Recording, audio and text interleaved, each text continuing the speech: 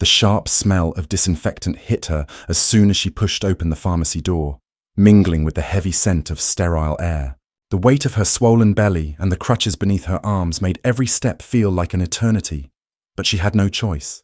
She needed those painkillers. The ache in her back was unbearable, and the constant pressure of her pregnancy was slowly breaking her down.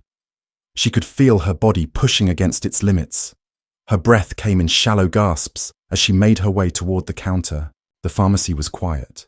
Too quiet, with only the faint hum of fluorescent lights overhead.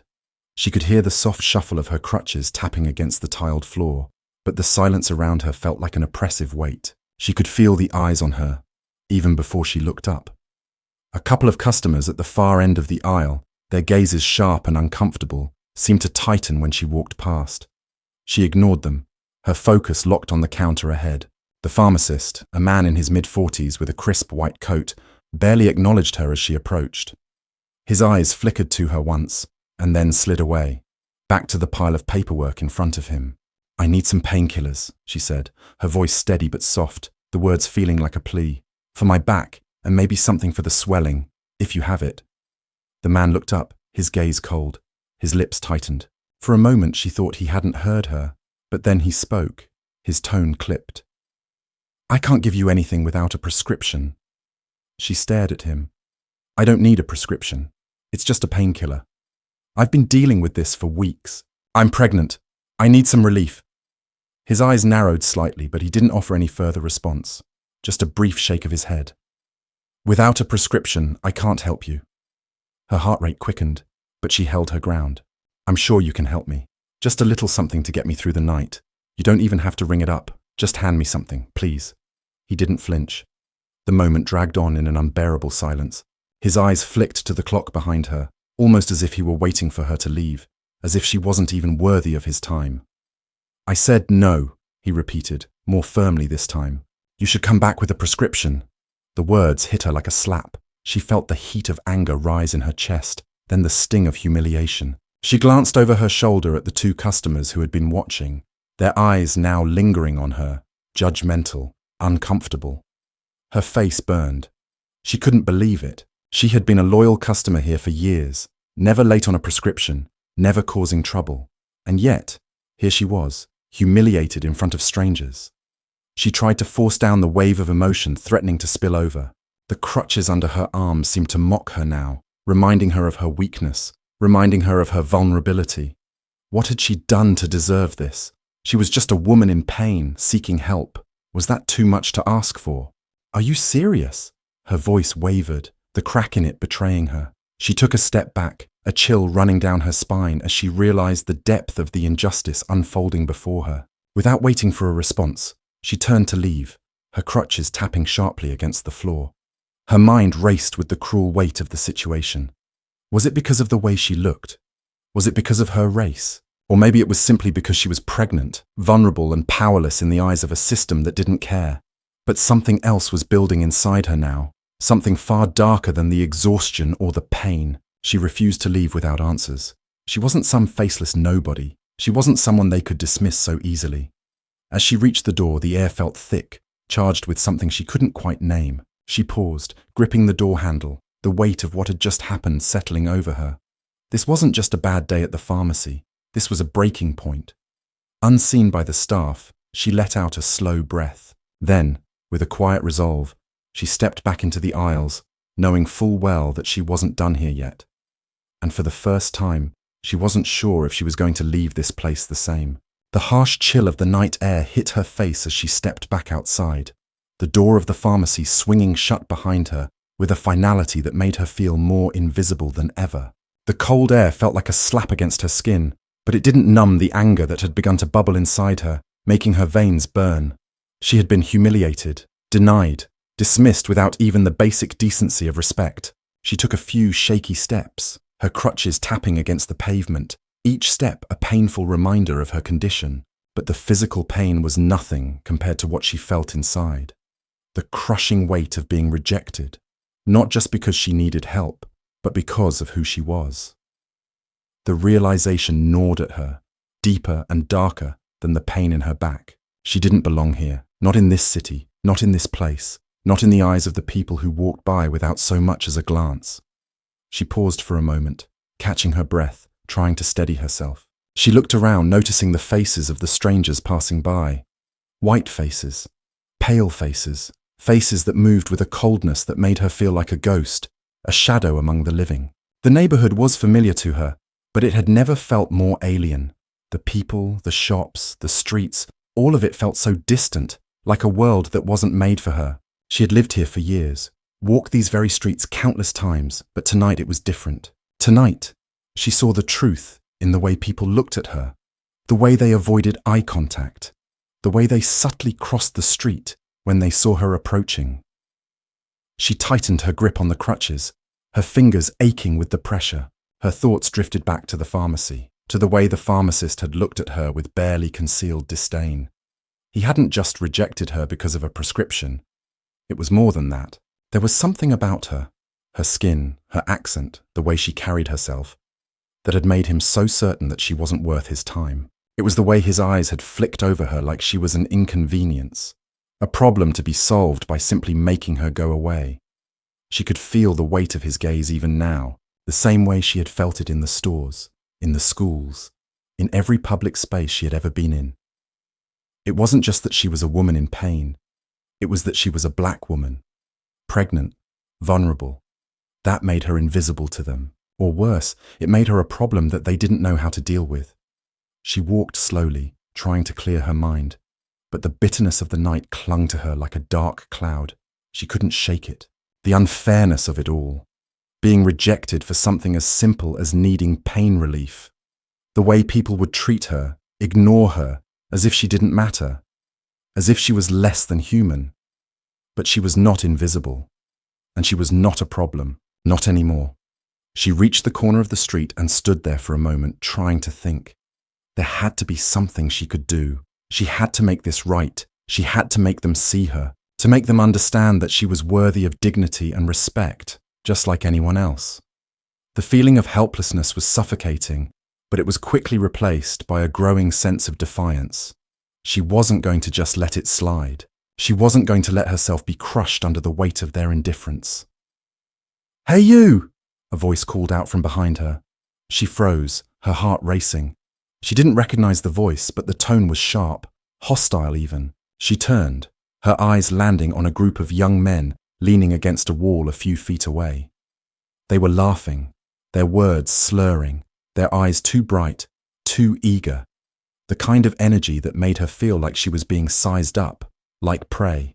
"What's wrong with you?" one of them called again, a smirk tugging at his lips. "You look like you need a ride. You look like you're about to pass out or something." She didn't reply. She knew the game. She had seen it 1,000 times. The way people would try to provoke her, try to make her feel small, weak. She wasn't about to give them the satisfaction. "Look at her, boys," the man continued, loud enough for everyone around to hear. "Pregnant and limping around with those crutches like she owns the place." The group laughed. Her chest tightened. The laughter echoed in her ears as if the whole world was laughing at her, mocking her pain. "Hey," another man said, his voice suddenly more aggressive. "What's wrong with you? Can't even walk without help. What, you think you're too good for the rest of us?" The words sliced through her. Her stomach twisted in a way that made her want to throw up. The taunts came faster now, each one more cutting than the last. The ugliness of their words, full of venom and cruelty, stung in places she didn't even know could hurt. She wanted to turn away, to ignore them, to keep walking. But the way they surrounded her, the way their eyes burned with hostility, made it impossible to escape. It was as if she were trapped in a cage of their making, and every step she took only seemed to make it tighter. "I don't know if she's too stupid to realize it," one of the men said, "but people like her don't belong in a place like this. This is our neighborhood. You're not welcome here."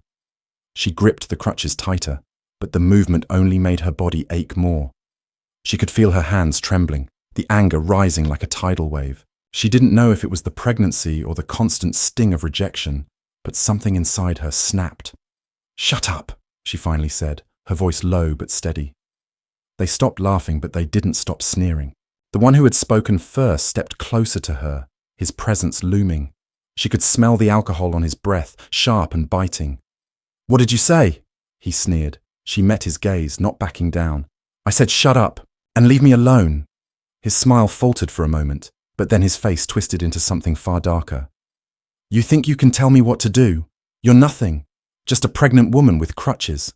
You don't get to talk to me like that." The group began to move in, tightening the circle around her. She could feel their eyes on her, like they were waiting for something, waiting for her to react. And then it happened. One of them shoved her shoulder hard. The force of it sent her stumbling, the crutches slipping out from under her. She tried to catch herself, but the pain in her back was too much. She crashed to the ground with a sharp cry, the impact sending a jolt through her body. The laughter came again. It was cruel, mocking, and this time she couldn't hide from it. She could feel the sting of humiliation flooding her chest, filling every inch of her soul.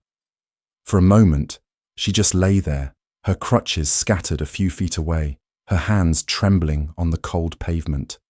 She couldn't breathe, couldn't think. All she could hear was the sound of their voices, louder than ever, as they taunted her.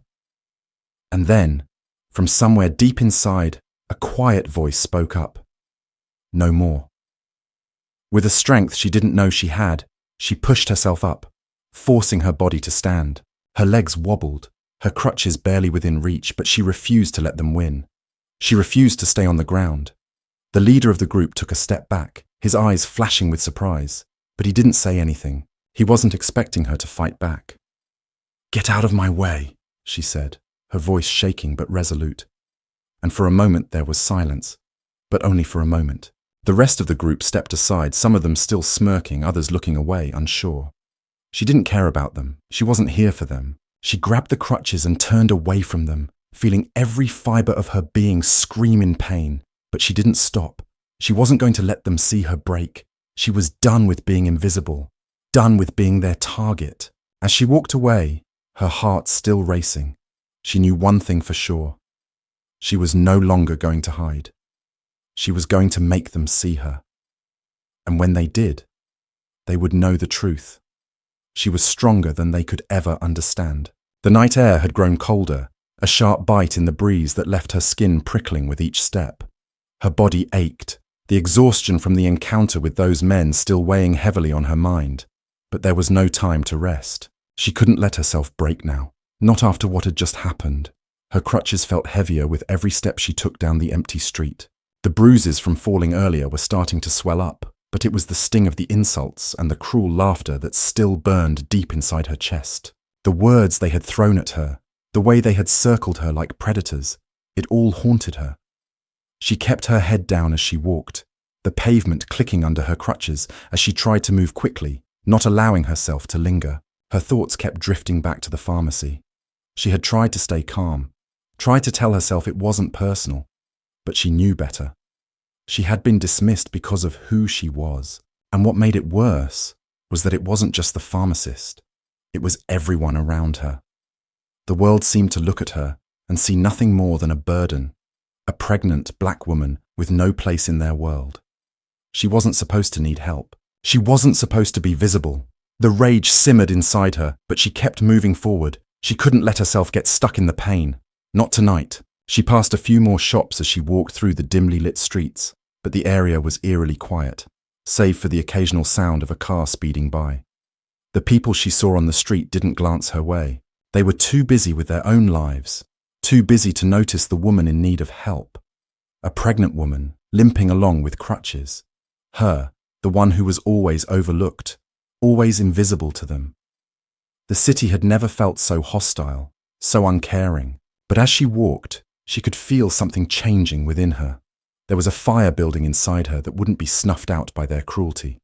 She had taken their abuse, their rejection, their contempt. But she was done. She turned onto a side street, glancing around, desperate for a way out, a place to go where she could feel safe, where she could be more than the version of herself they saw. She'd grown used to the disapproving stares, the racist remarks, the way people would avoid her in the stores, in the elevators, in the very streets she had walked since she was a child. But it didn't mean she had to accept it. Not anymore. As she continued walking, the sound of footsteps behind her caught her attention. Her heart skipped a beat, and she instinctively gripped her crutches tighter. She glanced over her shoulder, but there was no one in sight. She quickened her pace. her mind racing, the feeling of being watched creeping up her spine. The city was always full of strangers, people who didn't care, people who would step around her if she fell. But tonight, it felt different. The weight of the world was pressing down on her more than it ever had before. She reached the end of the street and stopped in front of an old rundown diner. It was closed for the night, the flickering neon sign casting an eerie glow across the empty parking lot. Her legs were aching and the crutches were starting to slip from her hands, but she couldn't stop. Not now. She stood there for a moment, catching her breath, trying to steady herself. The whole world felt heavy, a constant reminder that she wasn't welcome, she wasn't wanted, she wasn't enough. But then a voice broke through the silence. "Hey, you!" Her heart skipped again, this time with a mixture of anger and fear. She spun around, her eyes darting to the source of the voice. It was a man standing by the entrance of the diner, a hooded jacket pulled up over his head. He was tall, but his face was hidden in shadow. She didn't answer.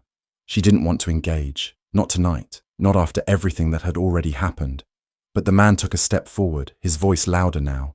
"You don't belong here, do you?" Her stomach tightened, the same feeling she had gotten earlier when she was confronted by the group of men in the street. The words were laced with disdain, dripping with a familiarity that made her sick. She didn't answer him. Instead, she tried to walk past, pushing herself forward with every ounce of strength she had left. She was so close to being out of reach, so close to escaping whatever this man wanted from her, but he stepped in front of her, blocking her path. "You think you can just walk around like that?" His voice was mocking, the tone thick with venom. "Pregnant and broken, thinking people won't notice. You don't belong here." Her breath hitched in her throat. It wasn't the first time she'd heard those words, but it was different now. Tonight, she wasn't going to let anyone push her around. Not anymore. She stood tall, meeting his gaze despite the pain shooting through her body. "I belong wherever I choose to be." The man laughed, but there was no humor in it. He leaned in closer, his breath heavy with the stench of alcohol. "Yeah? You belong in a place like this. Look at you. A woman pregnant, limping around with those crutches. You're a joke." Her fists clenched, but she didn't respond. She knew better than to engage with someone like this. The words were meant to break her, to make her feel small, but they didn't have that power anymore. She had heard it all before. She had lived it. Every insult, every rejection. "I'm not afraid of you," she said, her voice steady despite the tremor she could feel in her chest. For a moment, the man's eyes narrowed. There was a flash of something in them, anger, frustration, and maybe even a little surprise. But then, the smirk returned. "You should be. You don't know what I'm capable of. People like you think you can walk around here, act like you belong, but no one wants you. No one cares." She could feel the heat rising in her chest. His words were poison, infecting her with a feeling she had long known. The weight of racism, the feeling of being less than. He was trying to break her down, and for a moment she almost let him. But she couldn't. She couldn't allow herself to crumble. Not now. "I don't need your approval," she said, taking a step back, forcing herself to stand her ground. "And I'm done asking for permission." The man's smirk faltered for just a moment. He wasn't used to being defied. He wasn't used to seeing someone like her stand up to him. But then, as if deciding that he wasn't finished yet, he took a step closer, towering over her. His eyes were cold now, empty. "You really think you can talk to me like that?" he sneered. She didn't back down, she wouldn't. But before anything else could happen, a voice called out from behind her. "Hey, what's going on here?" She turned, surprised to see a woman standing at the other end of the parking lot. The woman was older, wearing a denim jacket, her face weathered by years of hard living. But there was something familiar in her posture, an authority, a knowing. The man paused, glancing at the woman. The tension in the air was thick, but the woman didn't move. Instead, she stepped forward, her voice firm. "Leave her alone." The man hesitated for a moment, and then, as if deciding that the fight wasn't worth it, he stepped back, muttering something under his breath. "Don't forget, bitch," he spat, before turning and walking away. The woman didn't say another word, but her eyes locked onto the pregnant woman. There was something there, recognition maybe, or maybe just an understanding. The woman turned toward her, her expression softening. "You okay?" The pregnant woman nodded, though she could feel the tears stinging her eyes. The anger, the pain, it was all too much. But for the first time tonight, she felt like someone saw her, really saw her. "I'm fine," she said, though her voice cracked. The older woman gave a small, knowing smile. Don't let them get to you. People like him. They want to break you. But you're stronger than that. And for the first time in a long time, she believed it. Let's take a brief pause here. We'd love to hear from you. Where are you listening to our stories from? Have you ever experienced something similar in your own life? Feel free to share your thoughts in the comments below. And if you haven't already, make sure to subscribe so you don't miss the rest of the story. Now, let's continue. The sun was barely peeking over the horizon as she made her way down the streets, her body aching, every step feeling like an eternity. The woman had never been one to complain, but this was different.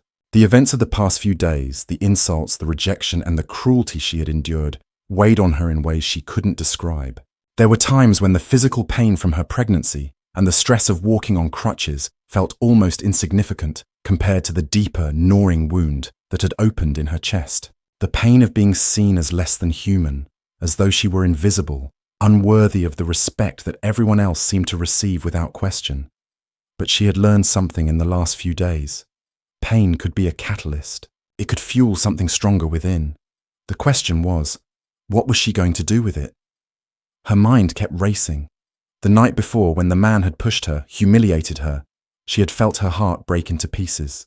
But now, walking down the empty streets, each step heavy with both physical exhaustion and the weight of her thoughts, she could feel that something was beginning to change. She wasn't sure what it was yet, but she knew she couldn't keep walking around like this, feeling like a ghost in the world.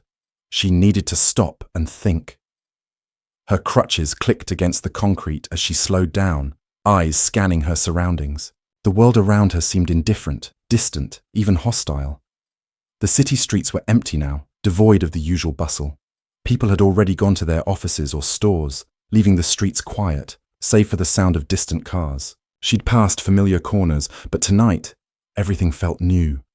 Everything felt like it was on the edge of breaking apart. Stopping at a bus stop, she leaned against the metal pole, gripping her crutches tighter as the ache in her back flared up again. She closed her eyes, trying to steady her breathing, forcing herself to find some calm in the midst of the storm inside her mind. But it was hard. The memories of the previous night, the way the group of men had laughed at her, pushed her around like she was nothing, kept replaying in her mind. She couldn't let it go. She had to do something.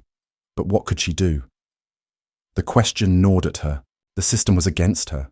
The world was against her. What kind of future could she build for herself and her child when every door seemed to be closed? When every step forward felt like it took 10 steps back? It was more than just the fight for respect. It was the fight to survive in a world that didn't care if she lived or died. Her fingers tightened around the crutches, and for a moment, she let the anger come. She let it fill her, let it surge in her chest. She wasn't going to be weak anymore. She wasn't going to be invisible anymore. If the world wasn't going to give her respect, she would take it. A car passed by, its engine rumbling as it sped down the road. Her eyes followed the sleek vehicle, and for a moment, she couldn't help but feel the divide between the life she was living and the life others led. The people in that car probably had no idea what it was like to struggle, to fight for something as simple as recognition, as kindness. They had everything handed to them. They could walk around, take their place in the world, and no one would ever question their worth. And she was invisible. But not for long. She had felt it, that burning in her chest, that quiet voice in her head that said she wasn't done yet. She was just getting started. She wasn't going to let the world break her. With a deep breath, she pushed herself off the bus stop pole, wincing as the sharp pain shot through her back. But it was nothing compared to what she had been through already. She could endure it. She had to endure it. She started walking again, this time with more purpose. The crutches beneath her arms felt lighter now. It wasn't just her physical strength that was pushing her forward. It was something deeper. She wasn't just walking because she had to. She was walking because she was done being a victim. Her steps led her down the street, past more shops and houses that seemed to blend into one faceless, indifferent neighborhood. But now as she passed, she saw it all differently. The eyes that avoided her, the looks that flicked over her like she didn't matter, were starting to fuel something in her, something that had always been there, buried deep beneath years of rejection and silence. She wasn't the one who was wrong. They were. She was strong. She had always been strong. The world just hadn't noticed yet. As she continued walking, she saw a small corner store ahead, one she frequented often. The shopkeeper, a middle-aged man of Middle Eastern descent, always greeted her with a nod, a brief smile. But she knew better than to expect much beyond that. It was the same everywhere. People smiled politely, but that was all it ever was. A smile to mask the discomfort they felt in her presence. But today, she wasn't in the mood for politeness. Today she had a point to make. She wasn't going to let it slide. She stepped inside, the bell above the door jingling as she entered. The shopkeeper looked up briefly, his eyes scanning her before going back to his work, wiping down the counter. He didn't seem surprised to see her. He never did. He didn't seem to care much either. "Hello," she said, her voice sharper than she intended. He didn't respond at first, only gave a short nod. "I need some help," she said again, louder this time. He finally looked up, but his eyes didn't meet hers. Instead, he glanced at her swollen belly, then at her crutches. The look he gave her made her skin crawl.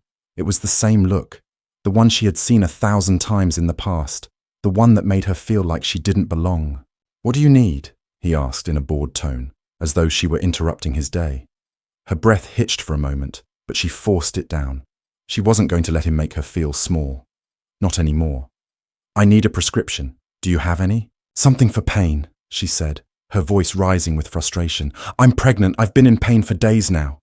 He didn't answer immediately. Instead, he stared at her, his gaze lingering for a beat too long. Then, slowly, as though weighing his options, he shook his head.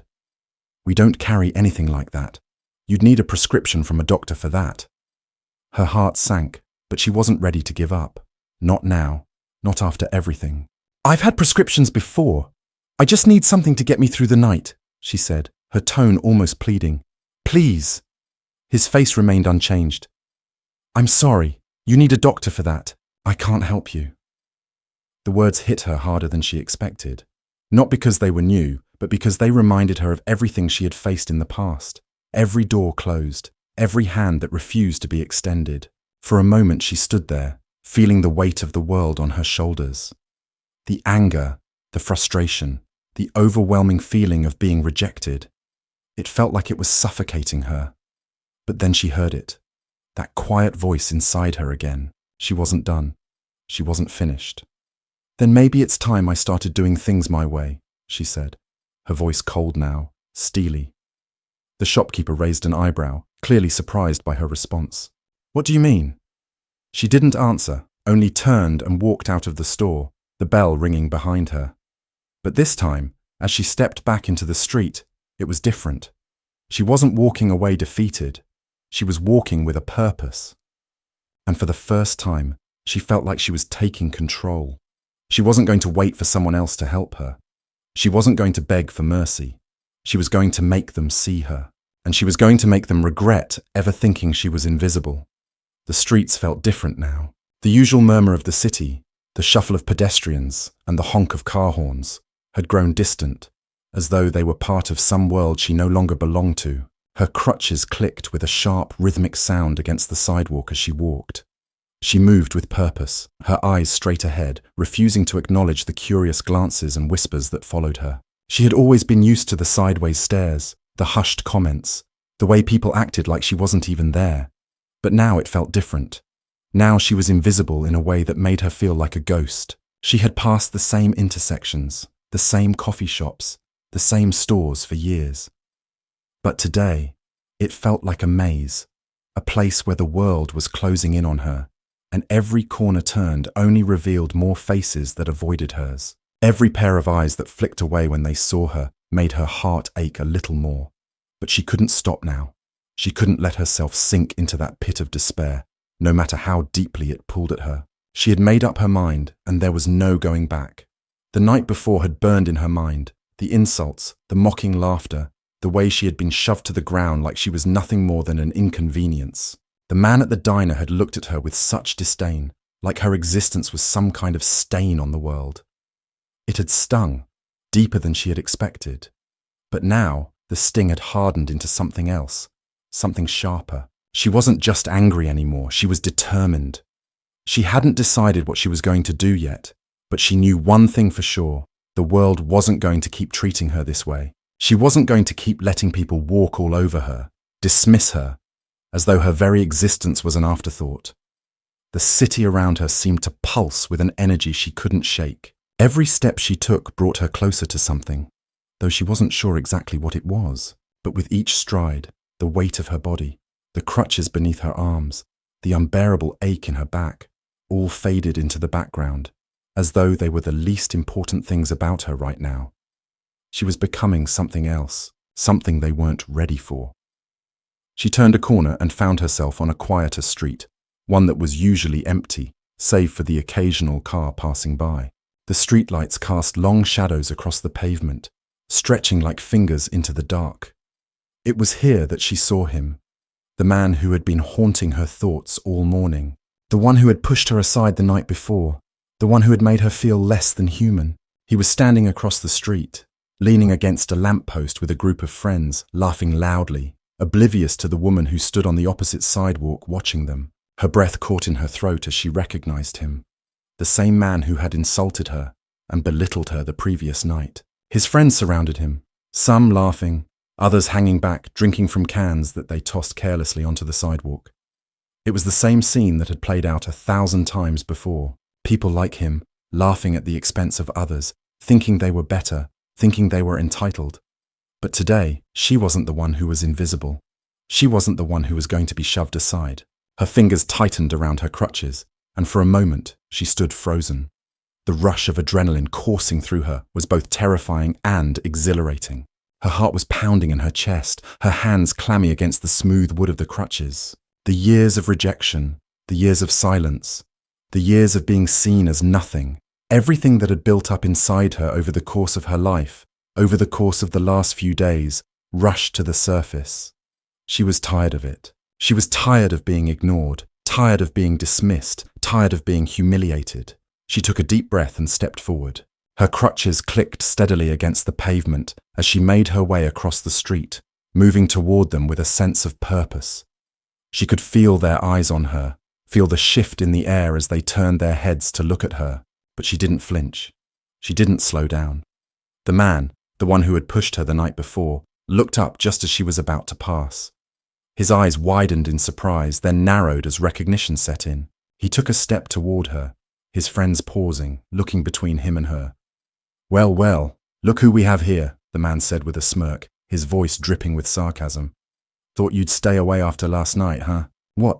Did you think you could just walk around here like you own the place?" She stopped in front of him, her chest heaving with the weight of her emotions, but her voice was calm, controlled. "You don't get to talk to me like that," she said, her voice low but firm. The man let out a mocking laugh. "Oh, I don't get to. What are you going to do about it, huh? Limp your way out of here." His friends snickered, egging him on, their eyes full of amusement. But she didn't back down. She didn't even flinch. "You've already pushed me down once," she said, her voice getting louder now, more forceful. "But I'm not staying down. I'm not going anywhere." The man's smirk faltered for a moment, his bravado slipping. But then he took another step closer, looking her up and down as though she were an object to be inspected. "You really think you're tough?" he sneered. "Pregnant and on crutches, and you think you can just stand up to me?" "I'm tougher than you think," she replied, her eyes hardening. For a moment, there was silence. The tension in the air thickened, the group of men watching her, waiting for something. "Get out of here before we make you!" one of his friends called out, trying to goad her into backing down. But she wasn't about to be intimidated. She wasn't going to let them turn her into a victim again. "No," she said, standing her ground. "I'm not leaving. Not until you understand something." The man blinked, clearly confused now, the cocky smirk slipping off his face. "Understand what?" She took a step forward, her voice steady, her gaze unwavering. "I'm tired of being treated like I don't matter, like I'm nothing. I'm tired of people like you thinking you can just push me around, like my life doesn't count." The group of men exchanged glances, unsure of what to make of her words. They had expected her to cower, to shrink back. They had expected her to be afraid. But she wasn't afraid. Not anymore. "You think you can just say whatever you want to me, humiliate me, make me feel small, and it's okay? You think that's how the world works?" she continued, her voice rising now, the frustration and anger spilling out. "Well, it's not anymore." There was a beat of silence. The men exchanged uneasy looks, but they didn't say anything. They didn't know how to react to her. They had expected someone who would bend to their will, someone who would apologize, someone who would disappear. But instead, they were faced with a woman who wasn't backing down. "Leave her alone," came a voice from the back of the group. It was the voice of one of the men's friends, someone who had been standing quietly, watching. He stepped forward, his expression not one of aggression, but of concern. The rest of the group hesitated. The tension in the air seemed to evaporate. And for the first time, the man who had pushed her earlier seemed unsure of himself. But she wasn't done. "You don't get to decide who gets to be seen," she said, her voice calm now but powerful. "I'm here, and I'm not going anywhere." The group fell silent, staring at her.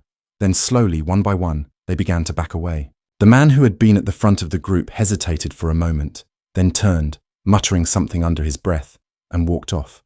The rest of his friends followed.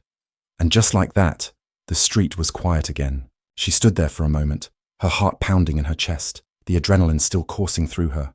It was over, for now. But she had made her point. And as she stood there, watching them walk away, she felt something she hadn't felt in a long time. Power. The air had never felt so still. The group of men scattered, their footsteps growing fainter, the weight of their presence lifting as quickly as it had arrived. The quiet that followed was almost deafening. For a long moment she stood there in the middle of the street, her body still vibrating with adrenaline, her mind still buzzing with the echo of her words. "I'm not going anywhere." She wasn't sure if it was the sheer force of what she'd just done, or the sudden, overwhelming exhaustion that had settled over her. Perhaps it was a combination of both. Either way, she was drained, physically, emotionally, and mentally. But something had changed inside her, something deep and undeniable.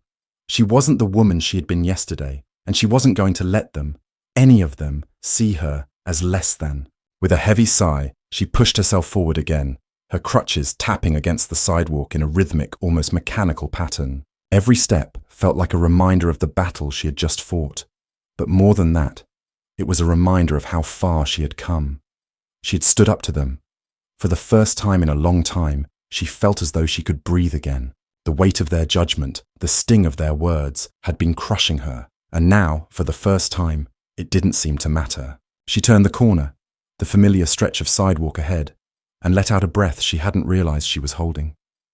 The neighborhood was quiet, the faint hum of a few far-off conversations the only thing breaking the silence. But even in this moment of stillness, she felt the undercurrent of something darker, something far more insidious, lurking just beneath the surface. It was the eyes, the looks, the whispers. She wasn't foolish enough to think that standing up to the men in the street would suddenly make everything better. There were still people who would look at her with contempt. There were still those who would see her as nothing more than a statistic, an inconvenience. Being black, being pregnant, being disabled, it all painted a target on her back. But she wasn't going to shrink away anymore. She wasn't going to apologize for who she was. Not when it meant silencing herself. But the world wasn't done with her yet.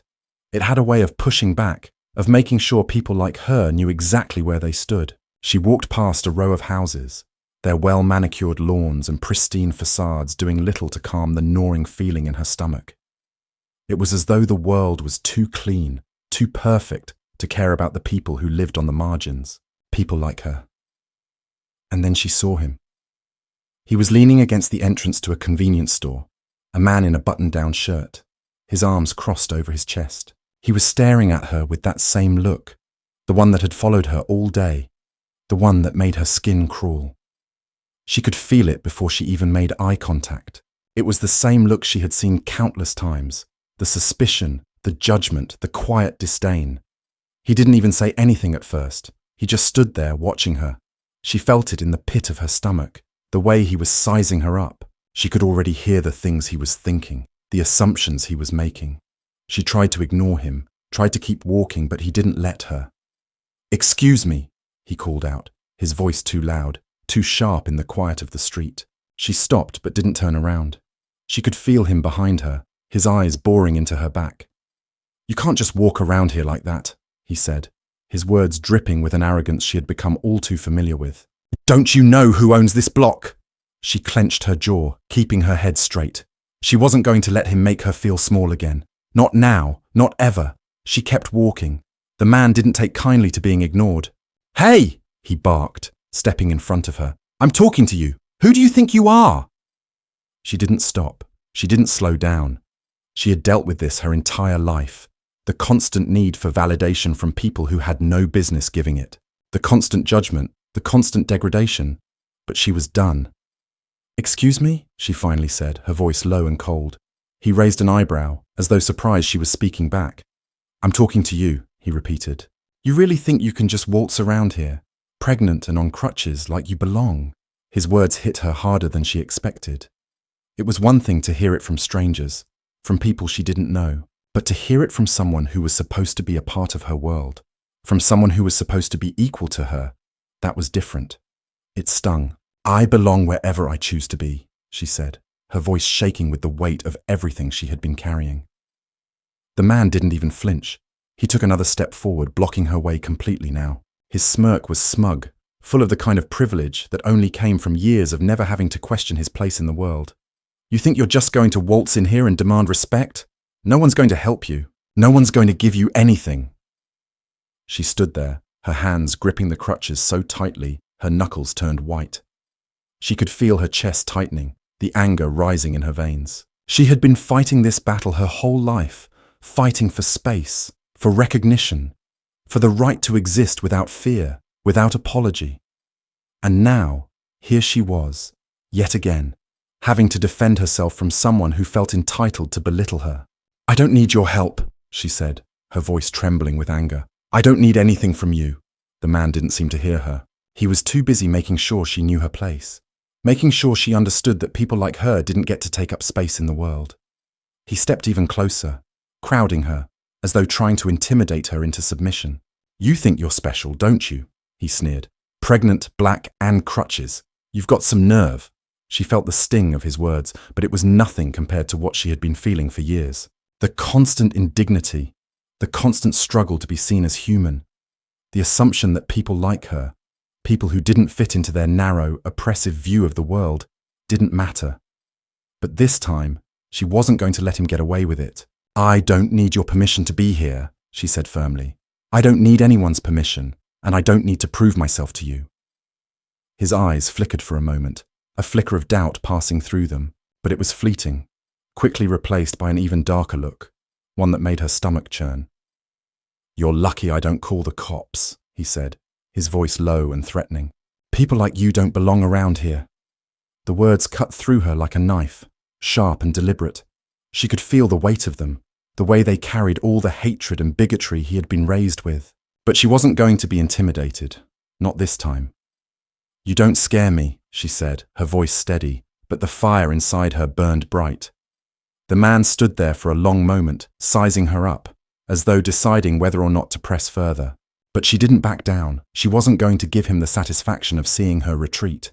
Eventually, with a grunt of frustration, he stepped aside, but not without a parting shot. "Stay out of my way," he warned, his voice dripping with contempt. Without another word, he turned and walked away, his footsteps echoing in the empty street. She stood there, watching him go, her heart still pounding in her chest. But she wasn't afraid anymore. The world could keep trying to knock her down, but she wouldn't stay down, not anymore.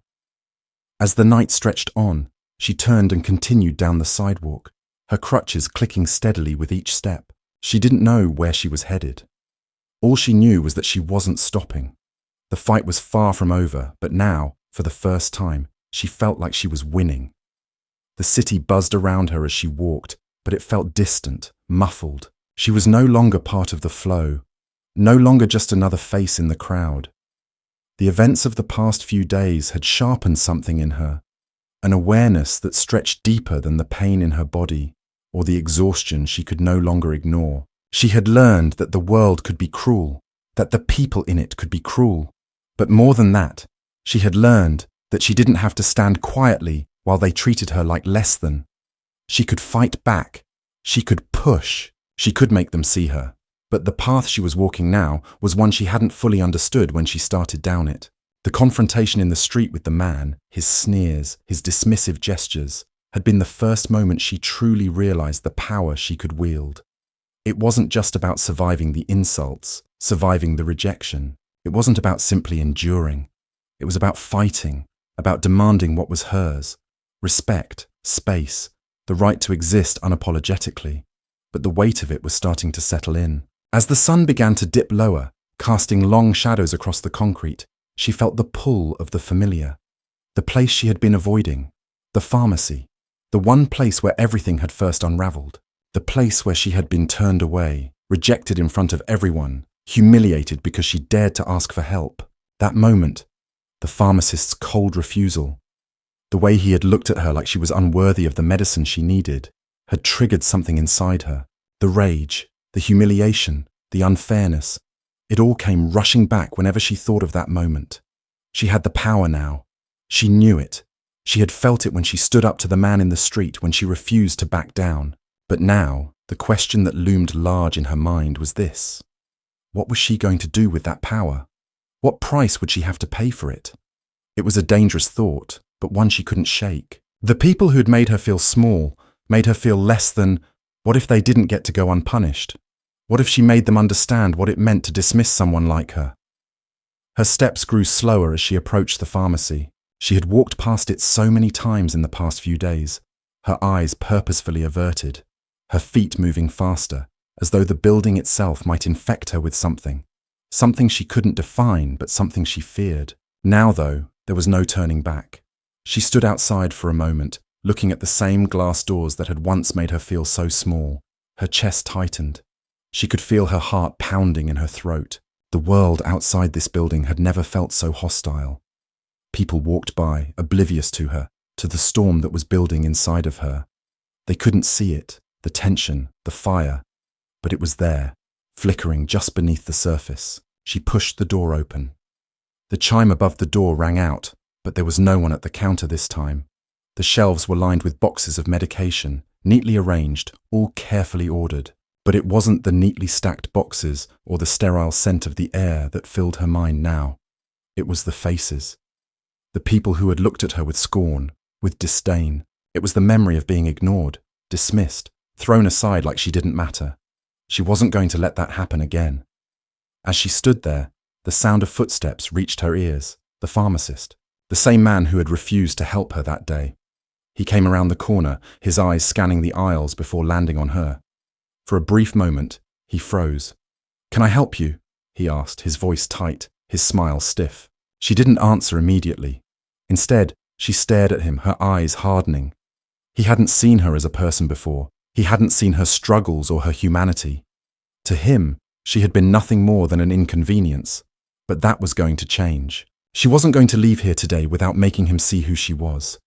He shifted uncomfortably, glancing at the shelves behind him, clearly trying to avoid eye contact. "Are you here for medication?" he asked again, his tone distant, almost dismissive. Her voice cut through the silence like a knife. "No, I'm here for something more important than that." He blinked, confused. "I'm sorry. I don't understand." "You don't understand," she said, her voice low but firm. "You don't understand what it's like to be judged, to be seen as less than. You don't understand what it's like to have people like you look at me and dismiss me without even knowing who I am." The words hung in the air between them, thick with the weight of everything she had been through. She could see the way his face tightened, the way his posture stiffened, but she didn't care. This was the moment she had been waiting for. "I came here for help," she continued, her voice rising. "And you turned me away like I was nothing. You didn't even care that I was in pain. You didn't care that I was pregnant and struggling. You just saw a black woman, on crutches, and decided I wasn't worth your time. But I'm done being invisible." The man's face flushed with embarrassment, but he didn't speak. Instead, he looked down, shifting his weight from one foot to the other. His discomfort only fueled her fire. "I want you to understand something," she said, taking a step closer. "When you treat people like they don't matter, you make the world smaller. You make it uglier. But I'm not going to let you do that to me anymore. I'm not the one who's invisible. You are." The silence in the pharmacy stretched long, the words heavy in the air between them. The pharmacist didn't say anything, but she saw the flicker of guilt in his eyes. For a moment she thought he might apologize, might finally acknowledge what he had done, but he didn't. Instead, he took a step back, his face still a mask of discomfort.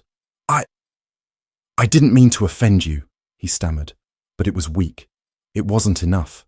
Her heart pounded in her chest. She'd come here expecting something, An apology maybe, or even a shred of acknowledgement. But all she got was an apology that didn't feel real. He wasn't sorry for what he had done. He was sorry that she was making him uncomfortable. He was sorry that he had been caught. And in that moment, the truth hit her. She couldn't expect people like him to change, to suddenly see the error of their ways.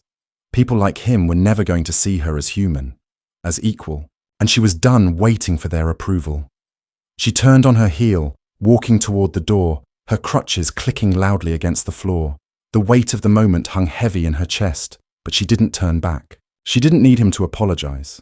She didn't need his pity or his false words. She was done with people like him. She wasn't going to wait for them to give her permission to exist. Outside, the world continued as it always had. People walked past, too busy to notice her, too absorbed in their own lives to pay attention. But she wasn't bothered by it anymore. She didn't care if they didn't see her.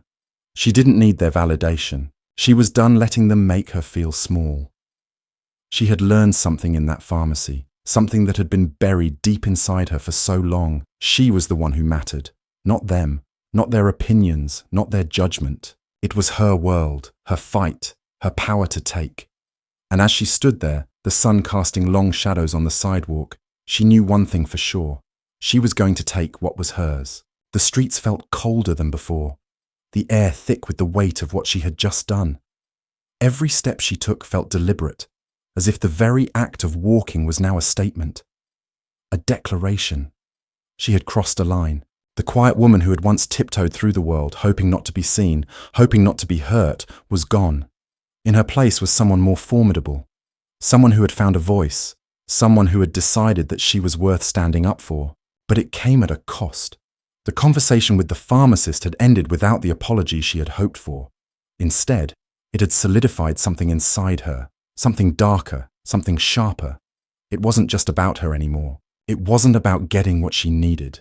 It was about making people like him, people who thought they could treat others like they didn't matter, understand that there were consequences for their actions. She had left the pharmacy feeling more powerful than she had in a long time, but the power came with a price. As she walked the streets now, she could feel the sting of that power, could feel the danger it carried. She had crossed a line. And the thing about power is that once you taste it, you never quite know when to stop. Her thoughts were a maelstrom, swirling around, too fast for her to catch, too vast for her to control. She had made a stand, but it didn't feel like the victory she had expected. The sting of rejection still lingered. The humiliation still burned. The man in the street earlier, the one who had taunted her with his words, his contempt, had been a reminder of everything she had faced, of everything she still faced. And though she had stood up to him, though she had held her ground, it hadn't been enough. It had been a single battle, a fleeting moment in a long war. She wasn't finished, not by a long shot. It was like a dark hunger gnawing at her, a hunger for justice that could no longer be satisfied by quiet acts of resistance. She had to make them feel it. She had to make them understand. But at what cost? What was she willing to sacrifice in her pursuit of that understanding? The question clung to her as she walked through the city. She had been walking for hours, her body aching, but her mind far from tired. The shadows grew longer, the streetlights flickering on one by one, illuminating the night. It was then that she saw him again. The man, the one from the pharmacy. He was standing at the corner of an alley, talking to another man in a suit, a colleague maybe, his back turned to her. He didn't see her immediately, and for a moment she froze, just watching him. He was so ordinary, so unsuspecting, but that wasn't what she saw. What she saw was the power he held over people like her, the power to dismiss, to degrade, to make her feel small. And something in her snapped. She took a deep breath, forcing her legs to move, her crutches clicking rhythmically against the pavement. Every step felt like it was taking her closer to something she couldn't turn back from. But it didn't matter. She couldn't stop now. She had tasted the power, and now it was a hunger she couldn't ignore. As she approached the alley, the two men turned, their conversation halting as they noticed her. The man in the pharmacy froze for a moment, his face betraying a flicker of recognition. The smile that had been so smug earlier faltered as he realized who was standing in front of him. For a brief moment, there was silence. He didn't speak. Neither did his colleague. "You," she said, her voice steady but cold. I haven't forgotten what you did."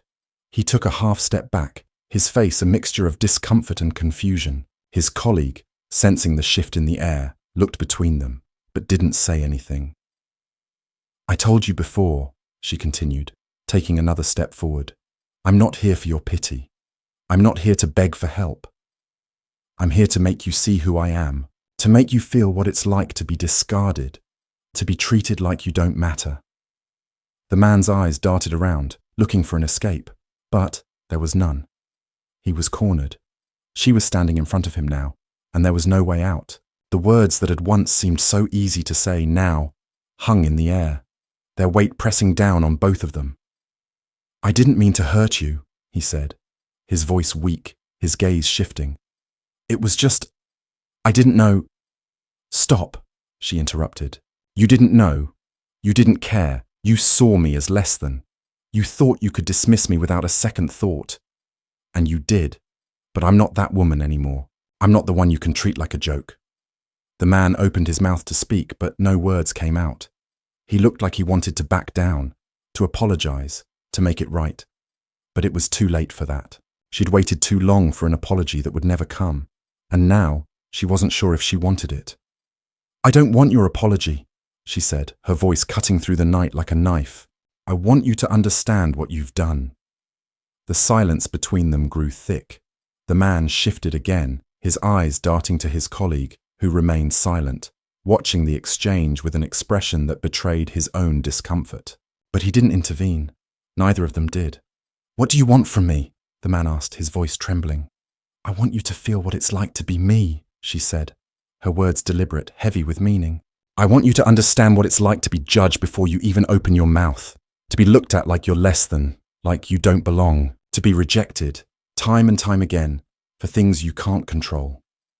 The man's face faltered, guilt creeping into his expression, but it wasn't enough. Not anymore. He had made her feel small for far too long. And now, it was her turn. "I don't need your sympathy," she continued. "What I need is for people like you to realize that you don't get to define my worth. You don't get to treat me like I'm nothing, I'm not invisible. I'm right here, and I'm done letting people like you get away with it." He opened his mouth again, but she didn't give him the chance to speak.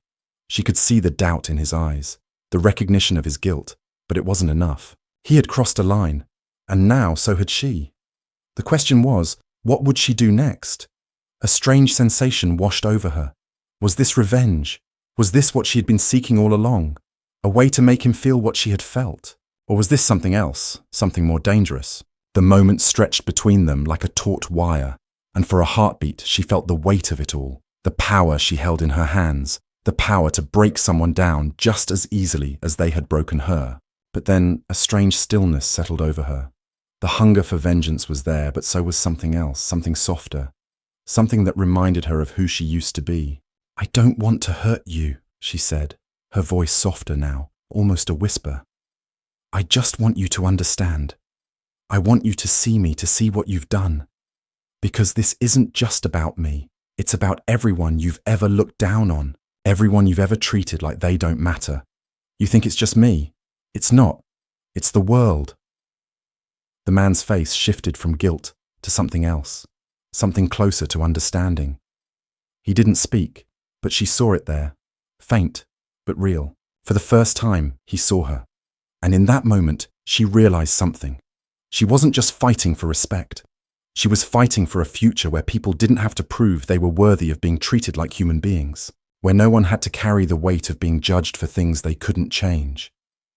She turned to leave, her crutches tapping against the pavement once more. And as she walked away, she didn't feel victory. She didn't feel triumph. What she felt was something far more powerful, the beginning of change.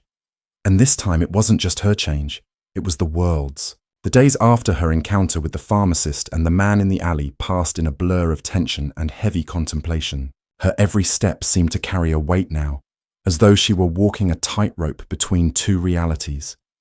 The one she had always known, the one where she was just another face in the crowd, dismissed and ignored, and the one she had entered into when she stood up for herself. It was a world she hadn't fully understood, a world where the consequences of standing tall, of demanding recognition, were unclear.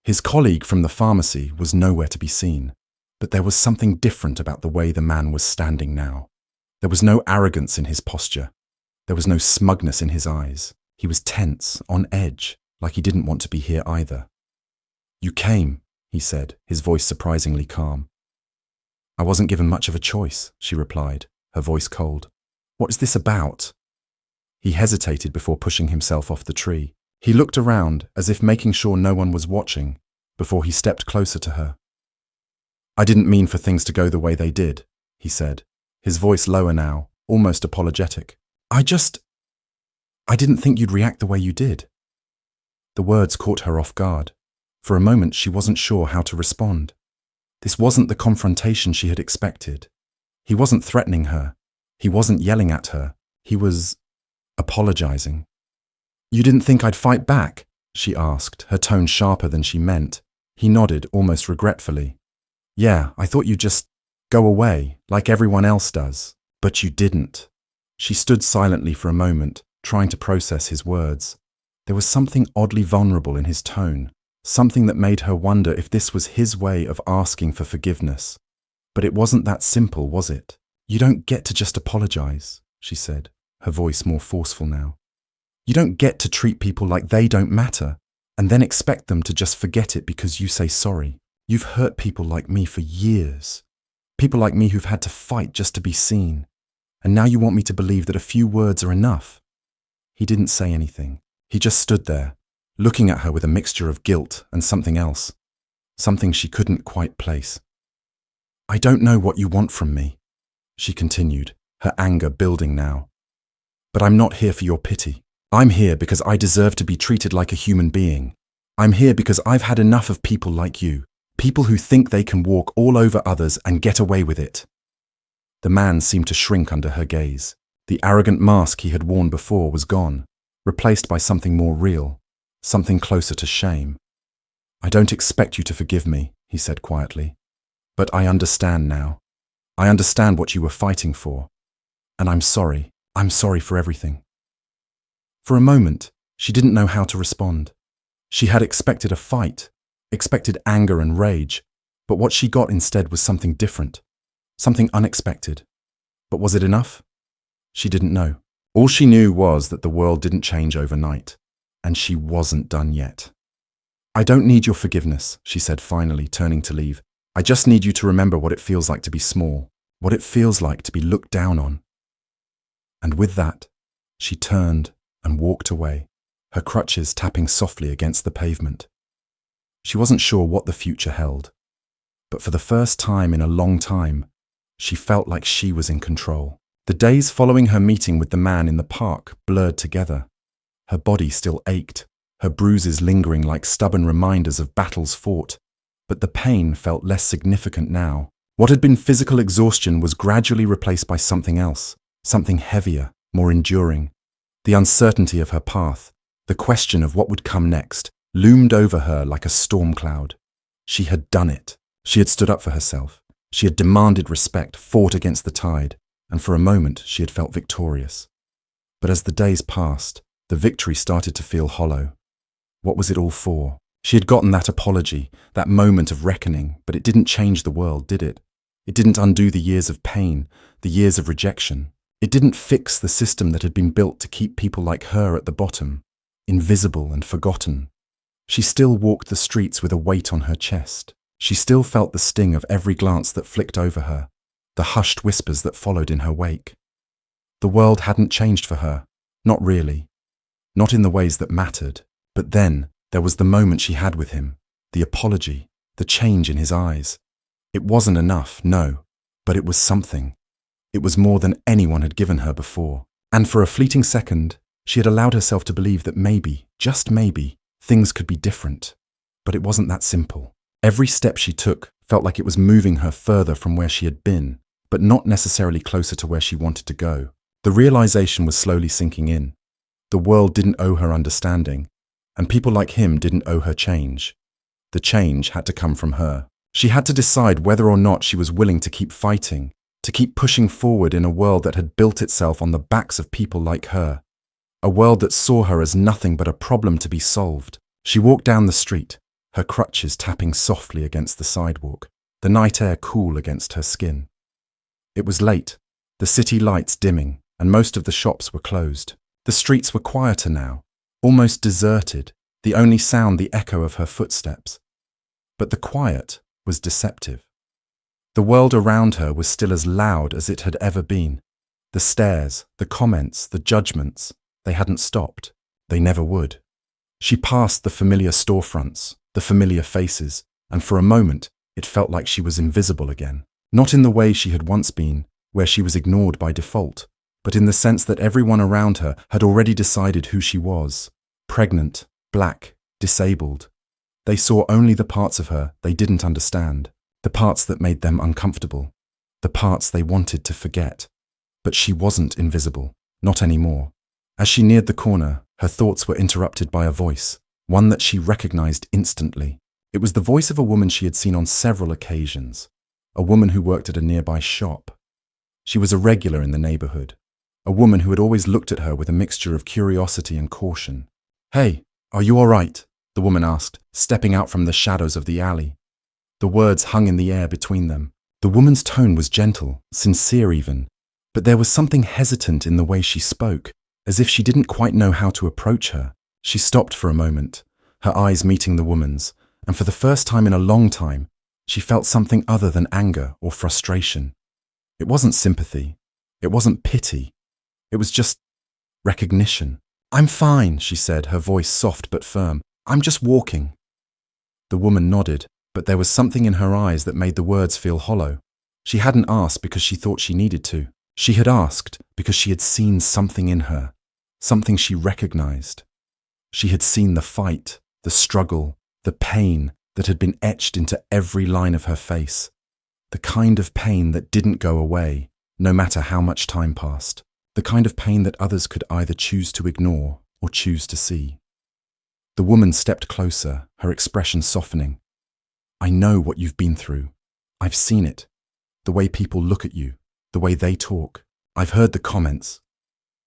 The words hit her harder than she expected. The fact that someone who had barely known her, had seen it, had heard the whispers, made her feel exposed in a way she hadn't anticipated. But there was no judgment in the woman's voice, no disdain, just an understanding that felt like a balm on the raw wound that had been festering inside her for years. "I don't know what it's like, but I can see how it hurts," the woman continued, her eyes filled with something close to sorrow. "I can see how they make you feel small. I know what that's like." The words were simple, but they carried a weight that seemed to settle in her chest. For so long, she had fought to be seen, to be heard, to make the world recognize her. But no matter how many people she stood up to, how many battles she won, it never felt like enough. Because there were still people who saw her as a threat, as an inconvenience. People who couldn't even look past the surface to see the person she was beneath. People who were too entrenched in their own prejudices to even try. "I've fought for this," she said quietly, her eyes burning with the intensity of everything she had been through. "But sometimes I don't know if it's enough." The woman didn't speak right away. She just stood there, letting the silence settle between them. There was no answer she could give, no simple words that could undo the years of pain. But there was something about the quiet, about the fact that someone was finally willing to listen, that made her feel lighter.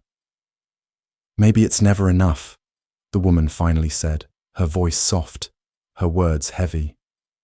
"But it's something. Every time you speak up, every time you stand tall, it's something. Even if they don't see it, even if they don't understand, you're changing things.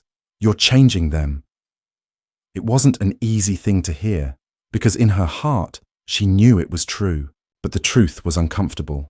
The fight was exhausting, and sometimes it felt like there was no end in sight. But there was one thing she had learned over the past few days.